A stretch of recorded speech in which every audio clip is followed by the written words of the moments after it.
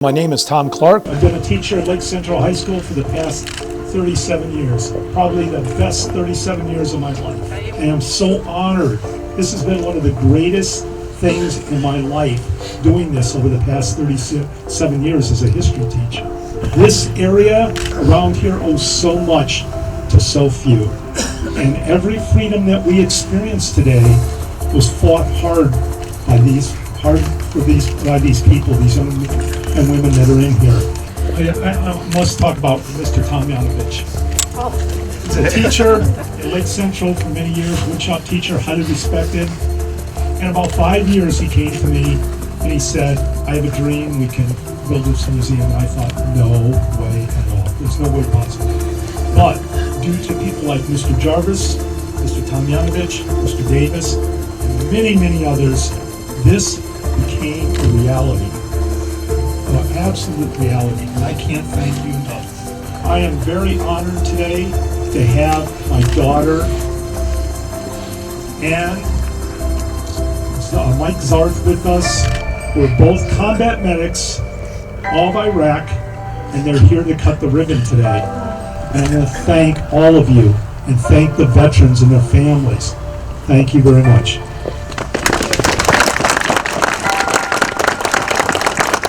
We're proud to have Tom Clark on staff now as the curator of the Veterans Museum. Just so everybody in the audience understand, this is just a stepping stone to what the future brings. You'll be very proud of what's going to happen in the future. And I wanted to thank my board of directors from the Tri-Town Safety Village and all the councils, the surrounding councils from Schererville, Dyer, St. John, because they've been instrumental in also supporting the Safety Village. 1, 2, 3. Thank you.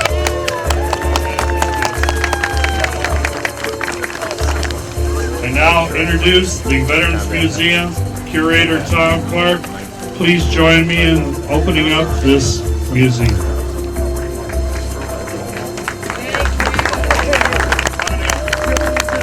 Everybody enjoy the Veterans Museum.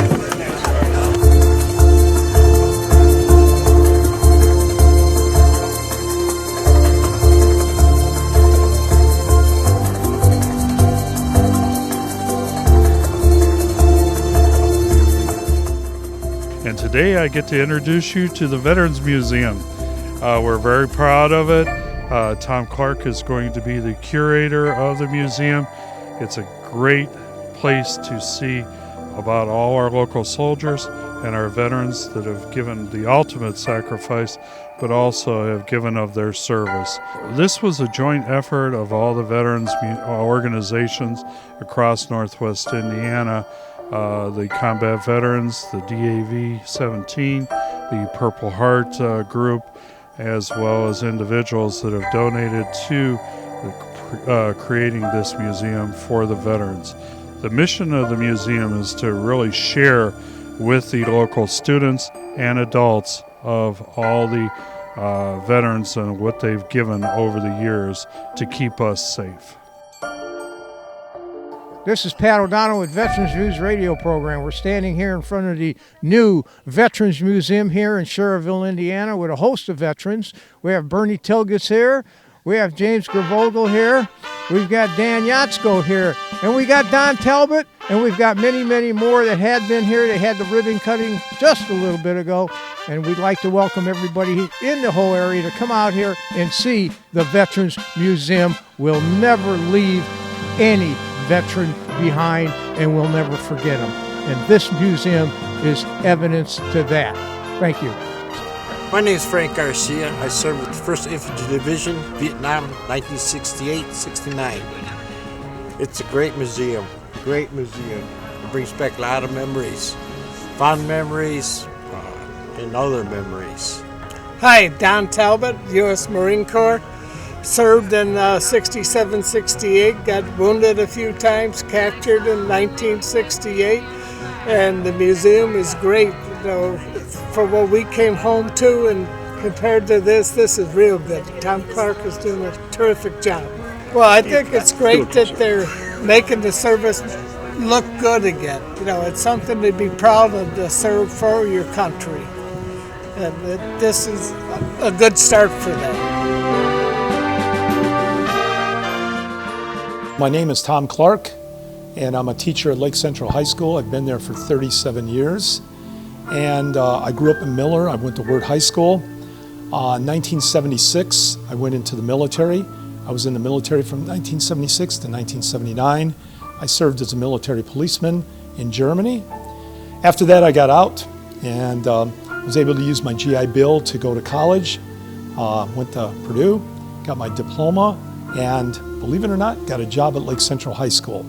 Well, I've always, since I was a little kid, collected military items, but never had, maybe the funds or the means of getting the items. My father, who I seriously believe was one of the greatest people in my life, he helped me a lot get things. And as time went on, I was able to obtain more and more. One time when my collecting spree accelerated is when I went to Germany. And when I was there in the 70s, there were a lot of things left over from the war and a lot of things the Germans want to forget. So I was able to obtain a lot of German items. When I came back from Germany and I went to college, once I got the job at Lake Central, I discovered something incredible. Being a U.S. history teacher, when I brought these items in the classroom, it enhanced my teaching. The students really liked the items. My dad was Tom Clark's teacher at Purdue, and my dad saw so much in him when he was teaching at Purdue. He said, this kid is going to be an important person. Over here there's a frame on a professor that I had in college. He was my methods professor. And one day I was doing my student teaching, and I had an M1 Grand rifle in my class, and I was holding it. I was talking about May 4th, 1970, Kent State. Well, he got up from the back of the classroom, came up and picked up the rifle and said, "Let me talk about this." Little did I know he was a combat veteran of World War II. He was combat infantry, had fought his way across France, and I was just awed by him. That gentleman retired from Purdue and passed away at age 62. I approached his wife and asked her if I could have a photograph of him. She not only gave me a photograph of him, she gave me almost all of his stuff. He had liberated Buchenwald concentration camp, and there were items from there. And eventually, my students were able to get him issued posthumously the Bronze Star and his other awards. And that's what we have on display here. But he was super inspirational in doing this, because he showed me that being a history teacher, if you bring in historical items, it means so much to the students. And teaching with these students with these items was just incredible, and has been incredible ever since. My dad was at the Battle of the Bulge, and they did a shadow box for my dad. My dad only lived to be 62, and he accomplished so much in his life. And this is a wonderful thing. My name is Sergeant First Class Michael Zarth. I'm from Hammond, Indiana. I've been the Indiana National Guard for 19 years, 2 tours, once in 03 and 08 in Iraq. Here with Tom Clark, support his museum. I think it's a great thing he's doing here to help support and remember the people who made the ultimate sacrifice to the country. As time went on, as you stated, massive amounts of stuff were being collected. We started researching all the boys from Northwest Indiana that died in Vietnam, and we eventually went out to the entire state, and still are. We're still in the process of researching the individuals that died from Indiana. But we've also researched World War I, World War II, Korea, and currently, the war currently. And the collection became so big that I have to say, as a teacher, sometimes it was very difficult to even show some of it in class. And we do displays. We've gone as far as Denver, Colorado, and set up displays. We've gone to Houston, Texas. We've been in Washington, D.C. with displays. And about 5 years ago, one of our former woodshop teachers that had been in Lake Central, Russ Tomjanovich, approached me and said, "Hey, we can build a museum." And to tell you the truth, I thought that was just a dream. Just a dream. It was never going to happen. And here we are today. We're standing in the dream. I can't believe it. And it's due to all of the students, the thousands and thousands of students before me that wanted to show their deep respect for veterans and what they did and how we've assembled all of this. Hi, my name is Marty Ziglowitz. I'm the past state commander for the American Legion for the state of Indiana. Belong to East Chicago Post 369, but I live in St. John, Indiana. I was in the service from 1972 to 74, U.S. Army, and that was during the Vietnam War. We also really needed this museum bad because Tom Clark had so much memorabilia. It was really getting to be a problem in his house. And best of all, it'll be good for people to come over here and see this place, especially students. They can get a good history of what transpired over the years. So with that in mind, I'm really glad to see this take place. Thank you.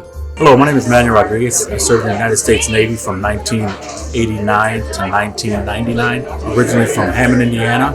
I now reside in Valparaiso, Indiana, during Gulf Wars. And this museum is definitely a tribute to all the veterans that have lost their lives in the United States. And it's an honor to have been part of this whole initiative to build this and give people in the community the opportunity to see all this historical data. It's pretty impressive that the collection's pretty extensive, and I'm glad a lot of people get to see it. It's something to be appreciated. You served? Yes, Vietnam. Luciano Diaz. I was with the 48th Assault Helicopter Company, door gunners. My name is Bill Fassett. I served in the U.S. Navy during Vietnam. I was there in 1968 to 1969, and I'm proud to see this place here for veterans. I mean, it's really emotional, and I'm glad to see the town and everybody, honoring all the veterans from different wars, from World War I, it's hard for me to, this is just awesome. This is really great, and I appreciate everything that the community has done for the veterans, and thank you very much for all that's done. I want people to see, what the veterans do for the people here in this free country, that no matter what, that they know they'll always be safe as long as we have the military here. Well, inside the museum we have I have Civil War items. We have items from World War I. We have a lot of items from World War II. And one thing that's special and dear to our hearts are all the items from Vietnam that we've collected from the Vietnam War. And most of the items in here are probably from individuals that had died in combat or died in time of war. There are other items in here from individuals, veterans, and that's what I eventually want to do. It's called a Veterans Museum. I want to have more items of those that not only served, but they came home, thank God.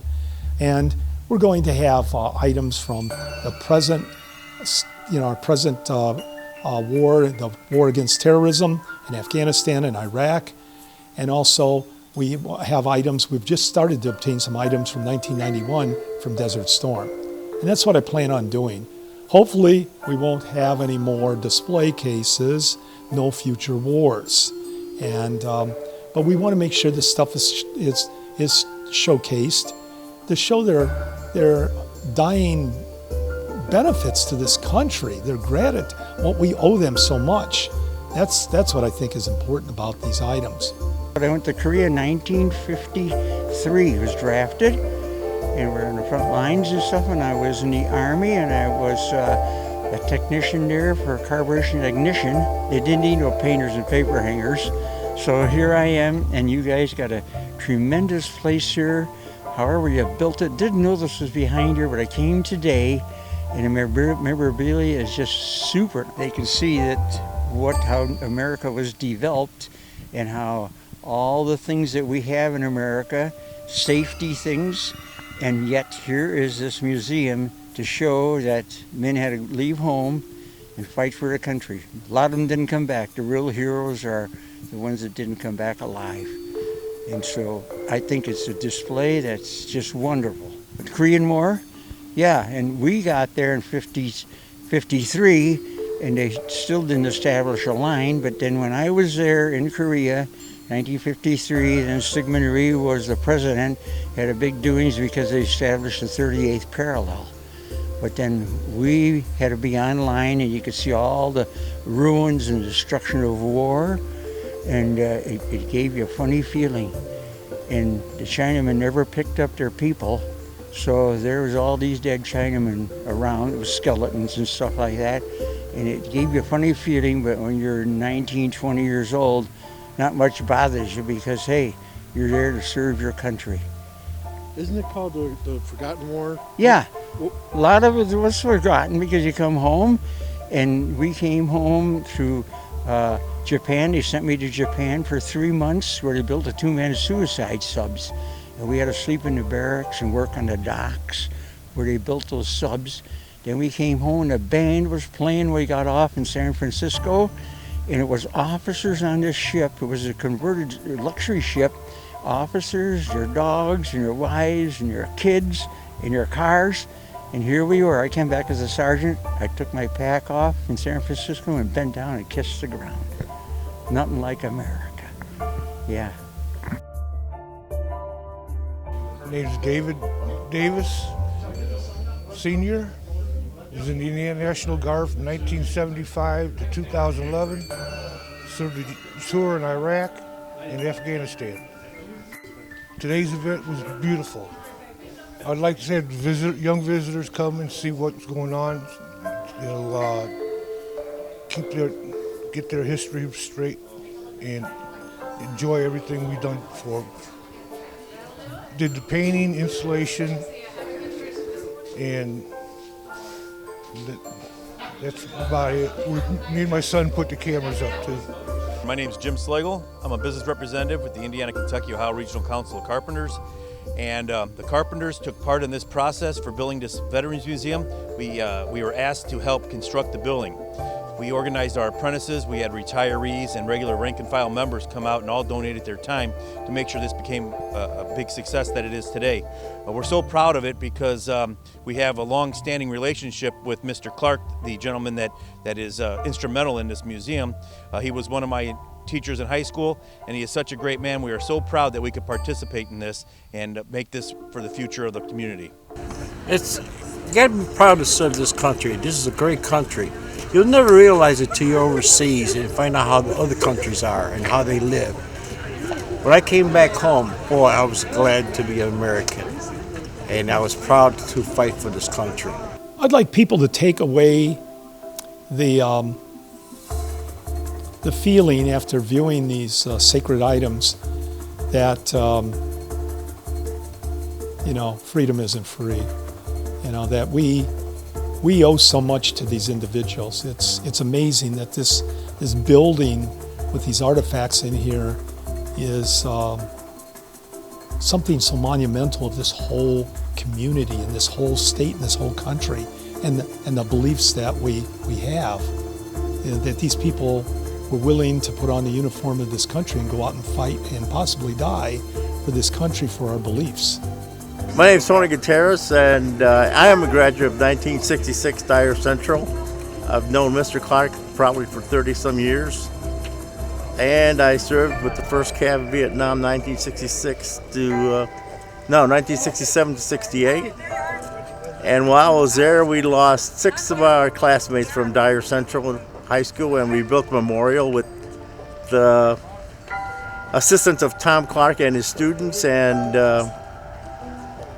we couldn't wait for this memorial to be built in Schererville, and now he added this museum, which is another project we're going to be working on this summer for him. And the guy's an inspiration to a lot of his students, to everybody in this township, and hopefully he will continue, his building this new museum for him, and we'll be here and we'll be working with them, with the DAV, the Purple Hearts, Chapter 17 of the DAV, Chapter 721 of the Purple Hearts in Hammond, and the VFW Chapter 717 in St. John. And we wish Tom all the luck in the world, and hope he continues what he's doing. And we love him for it. Thank you. Last thoughts would be, hey, get out here and see it. Come out and see it. Don't hesitate to call me or call somebody. We'll get this place open for you. I'd love for you to see it. If you have anything, any photographs, anything you want to donate, please think of us, because it's going to be taken care of. And I am paranoid about taking care of this stuff. Well, contact, you can reach me at Lake Central or my email. My email's probably the best. You know, it's U.S. History Man, all lowercase, just U.S. History Man, one word, at yahoo.com.